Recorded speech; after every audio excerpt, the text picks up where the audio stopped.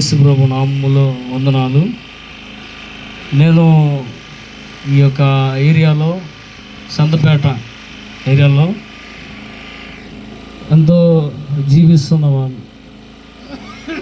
ఎంతో అలవాట్లకు, తాగుడుకు, లేకపోతే తగులకి, గొడవలకి ఇంకా పోయేవాడిని. బూతు మాటలు నోరు తెరిస్తే బూతు మాటలు మాట్లాడేవాడిని. ఎట్టంటే అట్ట తిట్టేవాడిని.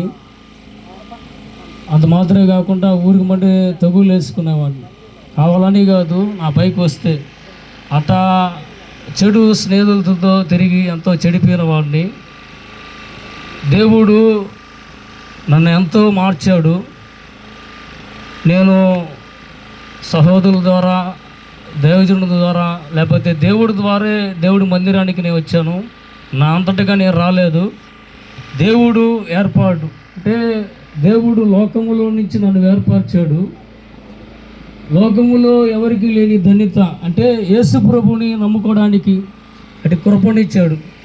లోకములో ఏదున్నా లేకపోయినా పర్వాలేదు, కానీ దేవుడిచ్చిన రక్షణను బట్టి యేసు ప్రభుని నేను నమ్ముకున్నాను. ఎందుకంటే అటు గొప్ప ధన్యత నాకు ఇచ్చిన దాన్ని బట్టి దేవుణ్ణి స్తుతిస్తున్నాను. ఎందుకంటే దేవుణ్ణి నమ్ముకున్నప్పుడు నిత్య జీవమునిస్తాడు. దేవుణ్ణి నమ్ముకున్నప్పుడు నాకు కావాల్సిన అవసరతను తీశాడు దేవుడు. దేవుణ్ణి నమ్ముకున్నప్పుడు నాకు దేవుడు ఎన్నో సందర్భాల్లో సహాయం చేశాడు.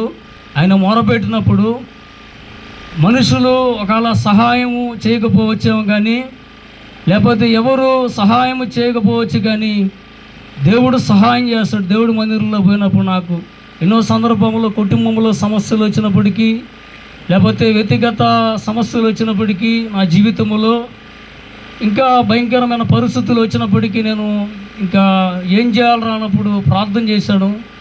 దేవుడు ఎన్నోసార్లు సహాయం చేశాడు నాకు. అంత మాత్రమే కాకుండా అన్ని విషయాల్లో దేవుడు నాకు తోడున్నాడు. అంత మాత్రమే ఇంకా మాకు కుటుంబం పరిస్థితుల్లో కావచ్చు, మా అక్కకి రోగము అంటే బాగలేనప్పుడు దేవుడు స్వస్థపరిచాడు. ఇంకా చాలా కార్యాలు నా పట్ల జరిగించాడు. ఇంకా ఇది ఒకటే కాదు, ప్రాముఖ్యంగా దేవుడు నన్ను లోకంలో నుంచి ఏర్పరిచాడు.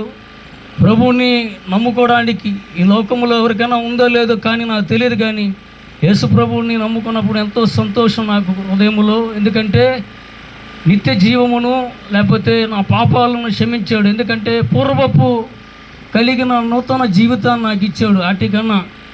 అటు జీవితాన్ని నాకు ఇచ్చిన దాన్ని బట్టి ప్రభువుని స్తుతిస్తూ నిత్య జీవాన్ని బట్టి నేను స్తుతిస్తున్నాను. సాక్ష్యం దేవుడిని దీవించిన కాక.